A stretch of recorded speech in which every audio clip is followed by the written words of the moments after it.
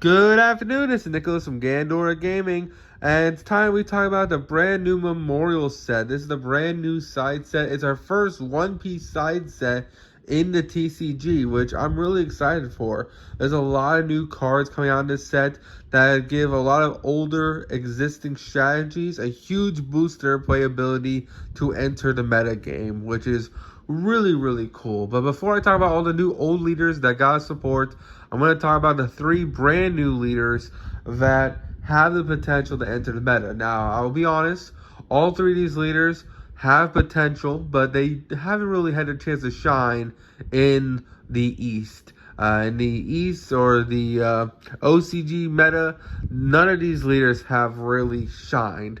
Like, they have a couple of tops here and there, but to be honest, it's really just the standard OPO 7 8 leaders plus the already existing meta leaders that are kind of keeping the meta together, at least over there in the East. Now, it could be completely different for us in the TCG. We can find out that, holy shit, these leaders are way better than what the East is playing. But as of right now, these leaders are not meta compared to the current leaders that are in the East. So let's talk about them. First things first, we have Red Green Odin, who I think is probably the most viable out of the three leaders. He is actually pretty insane. When we first read this leader, we thought he was going to break the game, but with everything that's going on, it looks like that is not the case. He has two really amazing effects. First effect is he gives all non-Wano characters with counter 1,000 counter. Basically meaning that every Wano card, regardless if they have counter or not, will at least have 1,000 counter. Meaning all your characters that are not counter cards have 1,000 guaranteed. So you can pitch them from hand.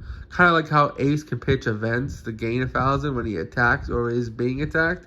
Same thing here. But in this case, it's Wano Kuni cards, which is really good. A second effect is that you can put $1 on him.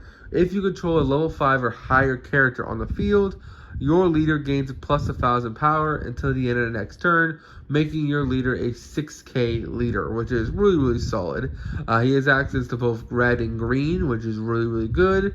And ultimately, this leader is just a better version of the OG Odin leader, which is pretty amazing. Now, I will say this.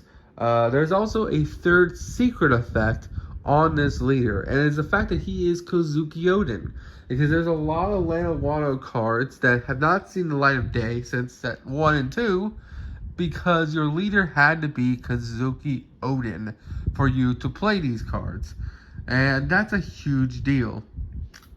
Which cards do you think I'm talking about? Well, that would be the 5-cost green Denjiro and the 6-cost Kinemon.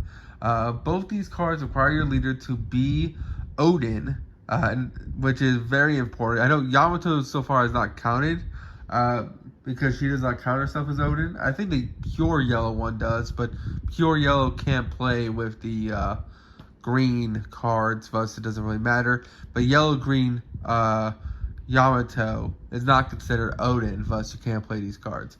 So basically, because he has access to the green, the color, and he is an Odin leader, he has access to some of the stronger Land of Wano cards that are locked underneath, hey, you have to be Odin to play them, which is pretty solid. The next leader out of two, which I think is the most playable, is Hannibal. Hannibal is really cool. Basically, he has the effect where during the end phase, you can bounce a level 2 or higher Impel Down card back to hand, and if you do, you Rampadon. That's his whole effect. He's blue-purple, and that is pretty good, honestly. Yes, you are having to bounce your characters back to hand in order to ramp, but this leader has some really good targets for that. First things first, we do have the 2k counter that allows you to play the Jailer Beast from hand, which is pretty amazing. So basically, for the cost of 3 Dawn, you can play out your 2k. Your 2k can play out your 4k. And then at the end of the turn, you can either bounce back your 2k, or if you play, let's say, the Rush Chihuahua character, which is coming out in this set, you can actually bounce back your rush guy so he doesn't die and then replay him on the next turn. Now, most likely, you just bounce back to 2k, but you can do either, which is pretty nice, honestly. So, yeah, I think this deck has a huge potential to ramp really, really quickly. I think he's actually one of the first leaders that have an in-archetype way to ramp. Like you don't need any actual like cards in the archetype. The leader himself ramps, which I think is the first one, to be honest with you. I think every other leader up to this point had like minus Dawn effects or had effects when you had like less Dawn or when you minus Dawn. So this is actually the first leader that has actual ability to ramp himself, which is really, really cool. The reason why he has the next most potential is because he has access to both the purple and blue cards, which is really, really good. Not to mention the brand new Impel Down cards, especially the new blue Impel Down cards, are actually really insane for not only this leader, but also Ivankov, which is the other leader that gets a whole bunch of support in this set. Now, this is an older leader from set 2. I was going to bring this Ivankov up once we got into the other older cards that get huge supports in this set. But ultimately, I feel like I should just bring it up now because Hannibal, Magellan, and this leader just so entwined with each other. It makes no sense to bring them up till now. So there you go. Magellan gets support in a set, and of course Ivankov gets support in a set. And I think the support's good enough to maybe even put Ivankov as literally one of the best decks until OP07 in the meta. Like, no joke, I think the access to the brand new blue cards kind of fixes the deck, and it has some potential, especially with all the great new generic blue cards Blue's been getting. Ivankov has huge potential. Next, we gotta talk about the final brand new leader, that being Toy Soldier. I'm just gonna keep calling him that, because I kind of forget his actual name. But basically, he's a yellow-black leader who basically has the effect where you can, if you flip up your life, and then you get to KO an opponent's character with 0 cost, I believe. Out of all the effects, it's like the most generic black effect. Basically, you flip up a life and then you blow up a card, which is pretty cool. We do get some new cards that flip life back down, so you can always keep using that effect. And you do have access to the 2 strongest colors in the game, that being yellow and red. Not yellow and red, my bad. Yellow and black, which is really insane. The only issue I see with this leader is for the simple fact that he doesn't have access to all the what they're called Dressrosa cards. He has access to most of them, but some of them are like anti-synergistic to this leader because like they're like supporting Rebecca, and Rebecca can't attack. So a lot of cards in the Dressrosa archetype are like, hey, if you make your leader 0 attack, you get to do something. You know what I mean? So there's a couple of cards like that he can't really use unless you're really to not attack that turn. But ultimately, I think the fact that he has access to the black color pool and the yellow card pool makes him a viable leader. I really do think that. I think that he has huge potential. He is a Dressrosa leader, so and there's some weird like cards that require you to have a Dressrosa leader. That is important. He is a Dressrosa leader, so that does come up. That's really about it for Kuros. I think out of all 3 leaders, he's the one I'm least interested in. But at the same time, he is just a what's called Dressrosa leader that can attack. Unlike our lovely Rebecca, you can play all the Dressrosa cards, and, well, at least the ones that synergize with your leader, and you can attack with it, which is pretty solid. That's really it for the new leaders. Let's talk about some old archetypes that just get support. That being our lovely Water 7 Iceberg. He gets 2 new cards in this set, and both cards are pretty insane. They basically try to fix one of the main problems of the leader, that is card advantage and just the ability to spam the field.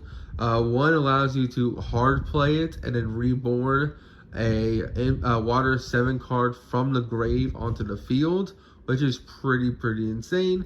And then the other one basically says you can add back Water 7 cards or Gully Lock cards back from the grave back to hand.